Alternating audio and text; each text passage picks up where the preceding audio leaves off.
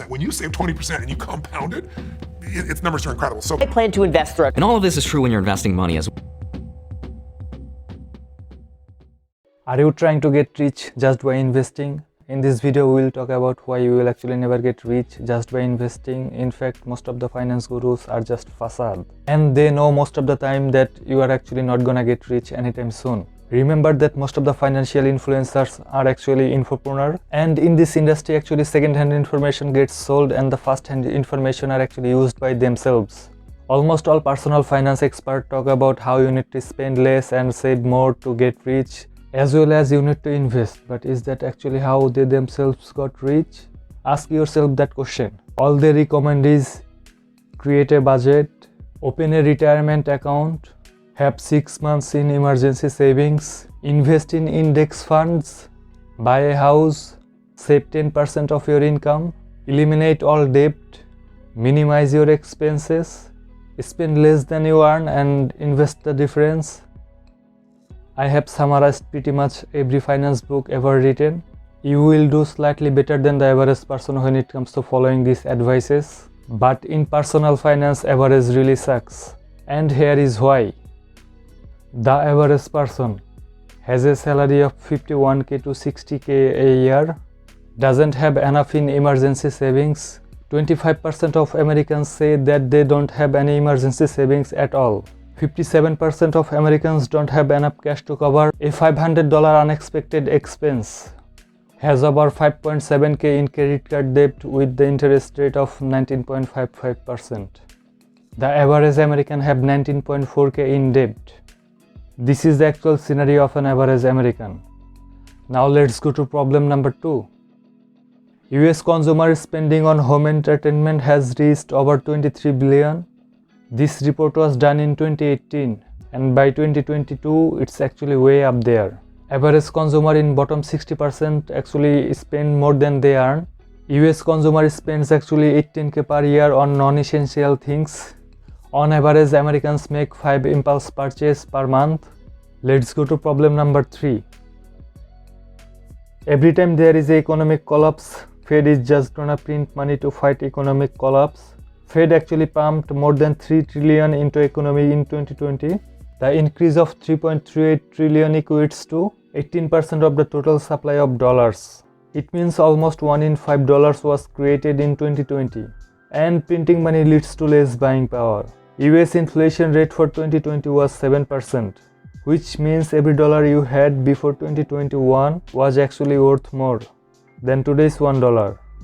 Not to mention often printing money creates boom in economy, therefore it creates a bubble. And when the bubble bursts, the average citizen gets hurt the most.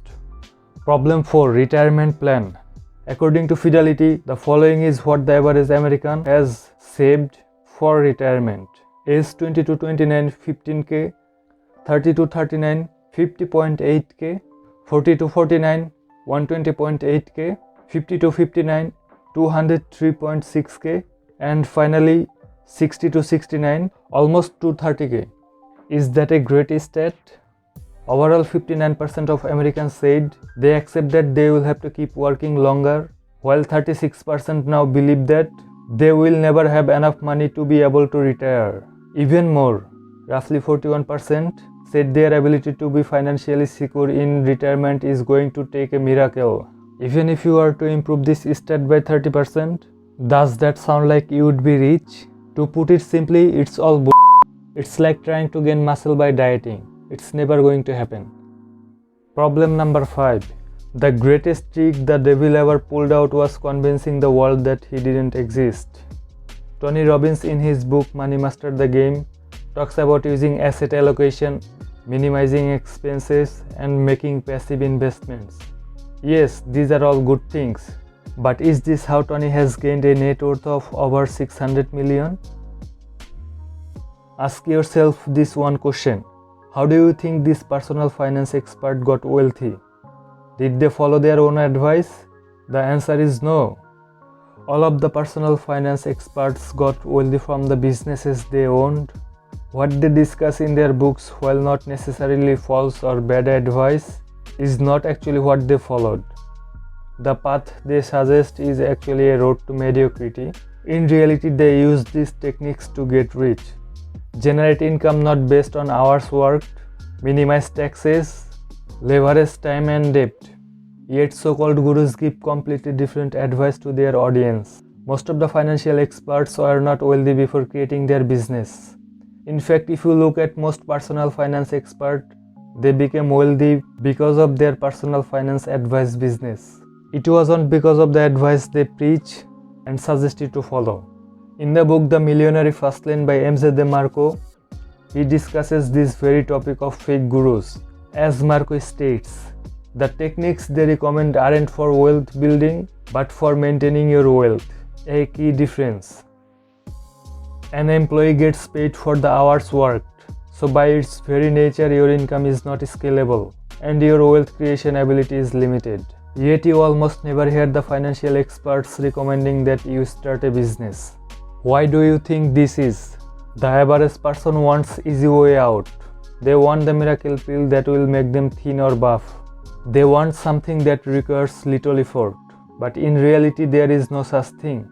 So the gurus roll out what the audience expects, something that can be digested in little bite-sized, easy to follow and not much effort. That is if the audience even follows it all. Only 10% of consumers complete a book or course that they have purchased. I suspect few even implement what they have just read, so most cannot even follow the basic advice that the expert recommend. It is similar to the stationary bicycle that eventually turns into a clothes hanger. So, what do I recommend you do? I know it's gonna sound like blasphemy, but do not follow their advice. You should try to start a business, and if not the case, then at least create a side hustle. You will learn much more about finance, taxes, entrepreneurship and marketing than in any other classroom or what the media thinks it knows about owning a business. I am not suggesting the advice the gurus are giving is outright wrong. Their recommendations will make you modestly successful. You will more than likely live an okay life and have an above average net worth. But you will not be rich. You will never get rich by working for someone else. That is something you will never hear from any personal finance expert. So that's it for today. Hopefully you will like the video and please subscribe. Thank you.